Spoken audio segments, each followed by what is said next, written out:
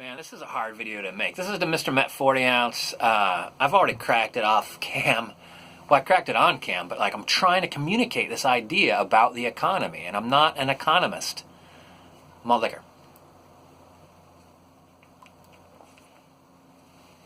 So I watched Mr. Met video. I watched your video today. You've talked about this before. I've read Ron Paul's book or books. I can't remember. It was a while ago. I kind of agree that the United States economy needs to be sustainable. Let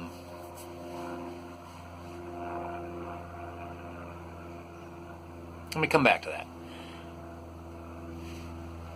It needs to be legitimate. Things need to cost what they cost. The sugar industry, completely fucked. It's ridiculous how much money the government, our tax dollars, gets poured into the sugar industry. You know, a great way to do that? Charge for what it costs to have a pound of sugar, in your house. The meat industry is starting to catch up to that. Like 10 years ago, I was paying, for steak, I was paying very little. And that was a completely false price. And right now, I was just glancing in the store, it was like $16 or more per pound for different cuts, different cuts of meat. That's kind of right. It probably should be more than that. There's a lot of different ways people who are in business were able to provide something for something of value for less than its cost, and that needs to stop. This hat needs to be made not only in the United States, but this hat needs to be made on the West Coast.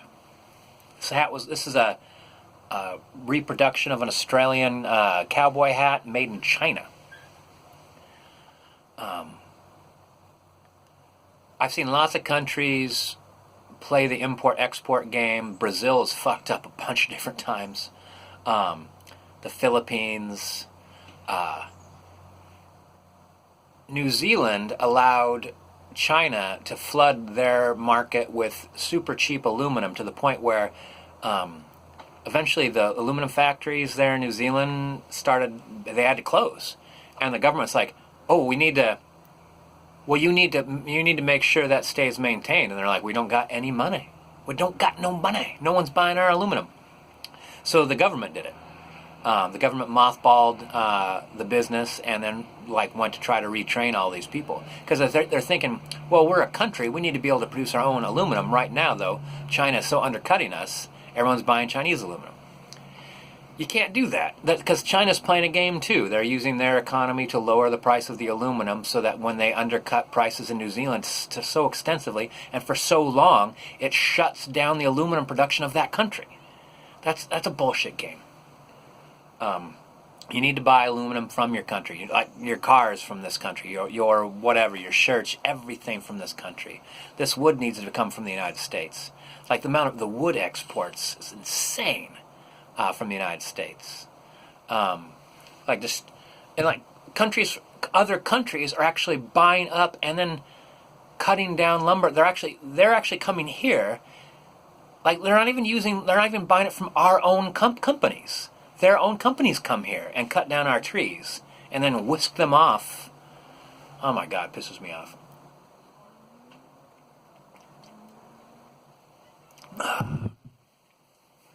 So would I shut down all imports?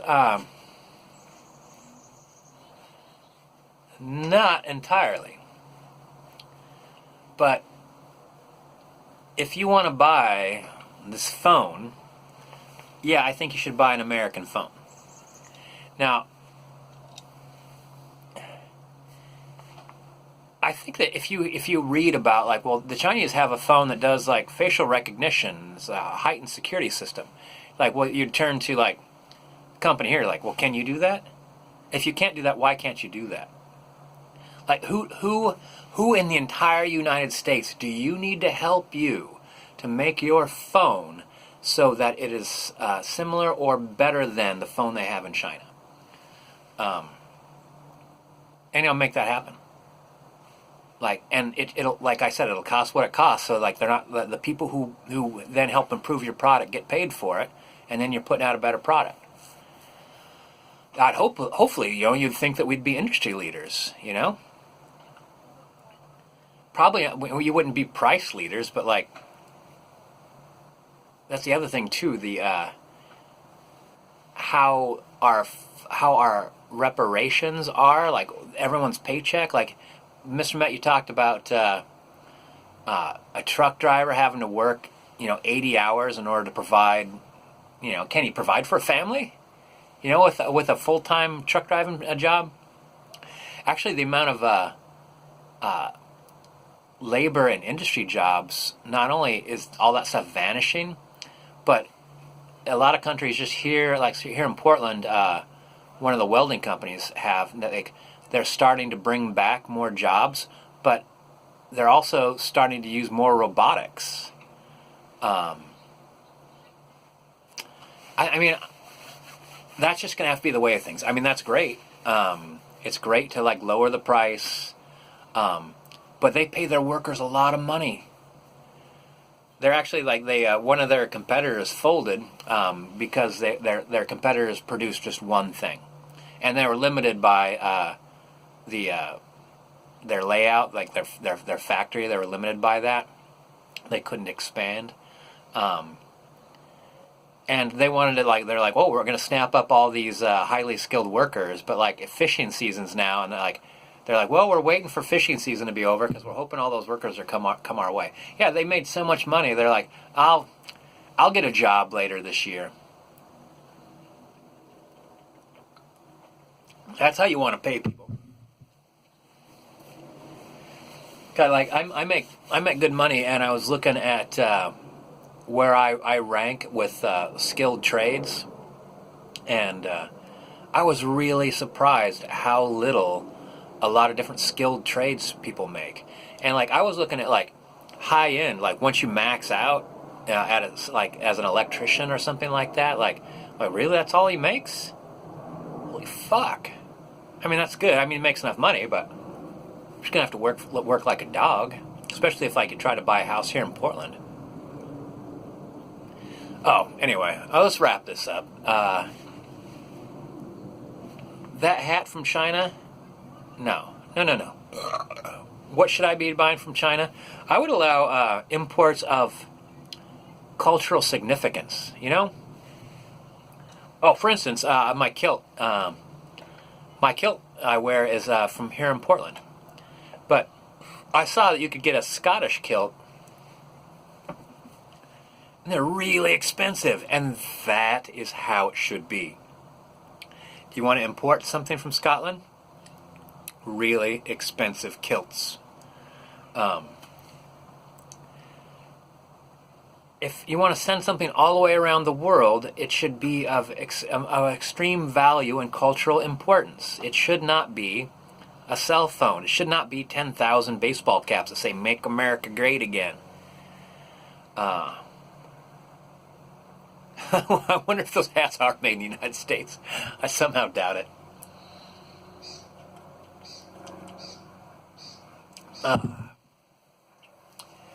Yeah. If you want to send away from another country, I sent away for Thai fisherman pants.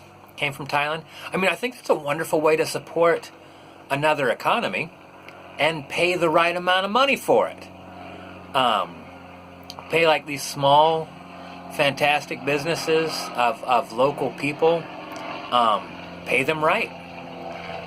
Don't buy. Oh my gosh! When I was in Thailand, massive factories, hive factories of sewing machines. You'd be going on a train train would be like 2 stories up because like it floods there, and you'd be like looking kind of down into a factory on several levels, just people working the sewing machines. Like that's that kind of hive factories. Oh my God! Let's go ahead and go into corporations while we're at this. That is not a human endeavor. All those people cranking out thousands and thousands and thousands of tennis shoes. That's not a human endeavor. Well, But we gotta wear shoes. Like, slightly dodgy ground here. My shoes are made locally. They're really expensive. That's just the way of it. I was hoping for. Oh, okay. This was not expensive. This is made by the Workshop of Death. But like, oh, I've got the cleaver right out there. I was just chopping chicken. Handmade stuff, locally made stuff, high quality equipment and like tools. Like Mr. Met, you were talking about going to fucking Home Depot. Home Depot, all those people that had like 20 years experience, they got rid of them all. I remember looking into this a while ago.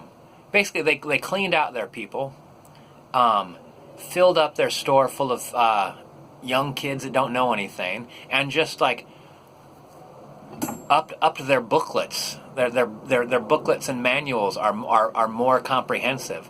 So when you walk up with tools,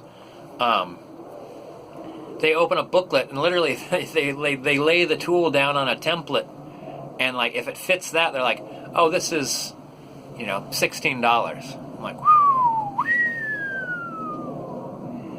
yeah. I tried asking some people some questions. They could not do it. They could not answer. I mean, I don't know. I know very little about construction, wood, whatnot, and I realized I was hearing a guess.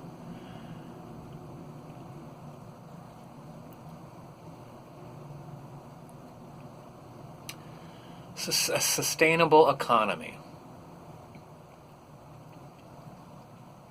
You have to pay the people,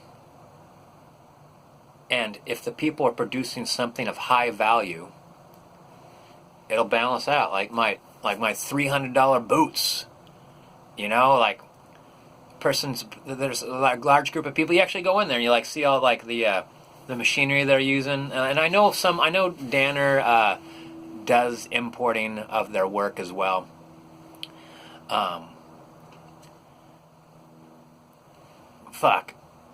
Oh yeah, I know. Corporations. I understand the need for a corporation. Typically, it would be a group of people gathering together to do a project that one person's just not going to be unable to do, but it's of value to the community. Like making a dam, for instance, having a dam built or anything like that. But I think that the idea of a corporation does not then dissolve and become worker owned. I think that's where things go awry. Suddenly who's making the money off that corporation? Shareholders, the board of directors, people that have never set foot in that place. People might not even know where that factory is.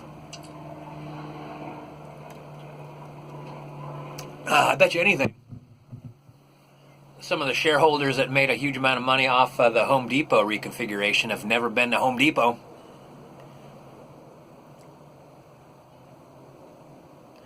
I saw a community, I've really been meaning to look this up. There was a community that wanted to ban corporations from their community.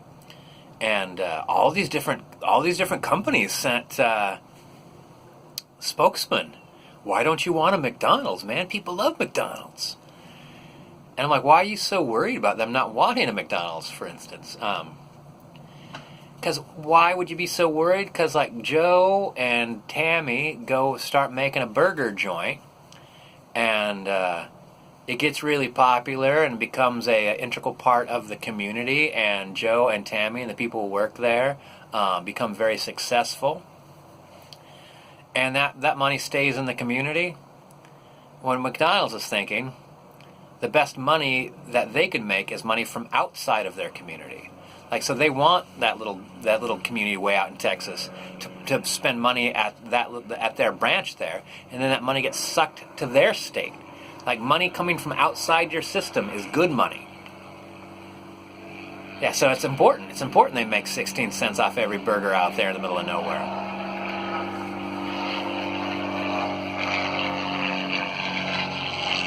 You know, and frankly, looking around at my man shed here, like I'm surrounded by goods from all around the world. Like, do I really need all this stuff? Like, and wouldn't it be nice? Wouldn't it be just as nice to have fewer things, but of the highest quality? I mean, paying people like that's the thing, like master craftsmen, paying people who are really fantastic at their job a really great wage, so I can buy something really expensive that's going to last me a long time. Hopefully, like my car, for instance.